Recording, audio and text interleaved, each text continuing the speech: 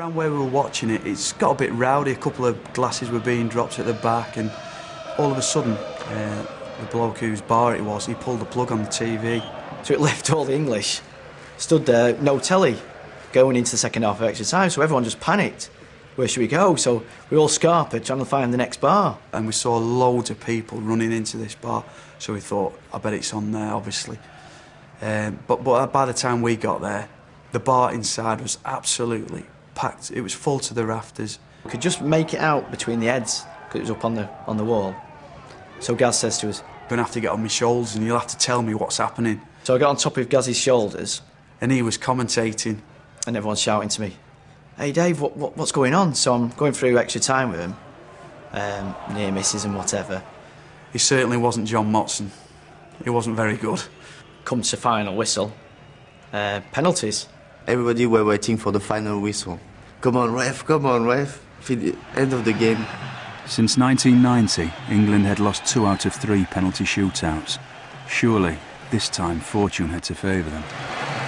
I've been a witness to England's penalty shootouts, and when the pressure's on, it's the most fantastically difficult thing to do, but England do not seem to do this the best. It's not their forte, the penalty shootouts. So I wasn't like 100% hopeful about this. There is no other solution. We could have played all day and nobody would have scored. When it came to it, I can't remember whether straight away I thought, yeah, I'm going to be on to take a penalty and I'm going to take it, or whether it was when Glenn Hoddle came and asked who wanted to take one, but I said yes straight away. And then they were deciding who would take the first, second, third, fourth, fifth, and the gaffer decided I'd take the last one.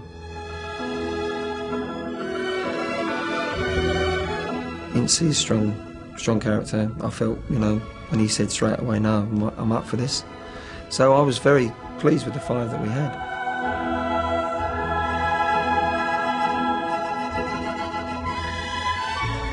I certainly would have practiced penalties, and I cannot believe that even the day before, going into a sudden death game, or even at some stage during our build-up, we didn't practice penalties.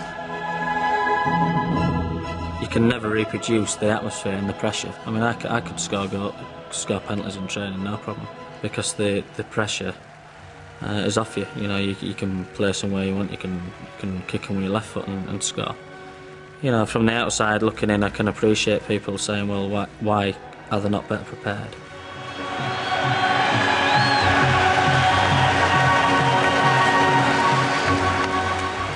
It's great for goalkeepers. They're not really expected to save them. It's not, like people think, oh no, you must be so nervous, stood there, the guy's going to shoot, and you think, well, yeah, I quite fancy this. I honestly thought that there was no way that David Seaman was going to face 5 penalties and not save one. I could not believe that they would score with all their penalties.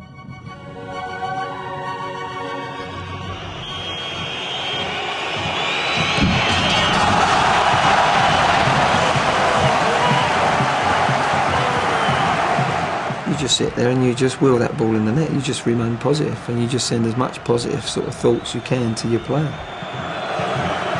I always thought, really, if I can put it in the same spot as I've put it in the first one, then he's not going to save it.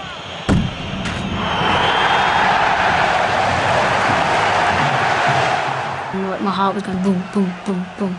I was like, I didn't want to look, but I know I had to look. Then David Seaman put England ahead with a great save from Crespo's shot. Victory was there to be taken as Paul Ince stepped forward. You more or less guess it from how they stand, how they position the ball, and from there you gauge which corner they're aiming for.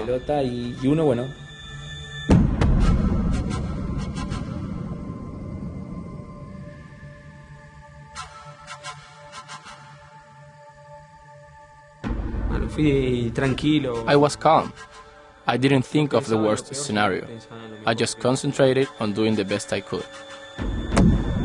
It's a situation you're in, a situation that you're faced with is I think, the biggest problem against Argentina in the World Cup, with millions and millions of people watching on television, and you put that penalty in, otherwise England are going out with the biggest competition in the world.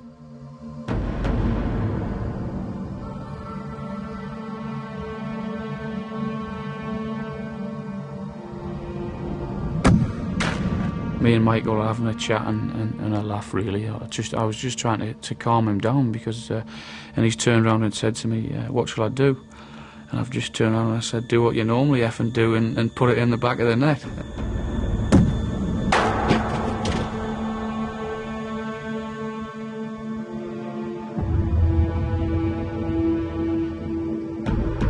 If he stepped forward, I think he was able in his head, because it's most important to be able to go on the penalty spot, kick the ball, and score. Then when Batty stepped up, we thought, hang on, this is tricky. This is tricky. I was taking that pen knowing that there were 21 lads urging me on to do well, and all the staff, which were a nice thought to have, you know, and all those people back home, which probably gave me the confidence to take it in first place.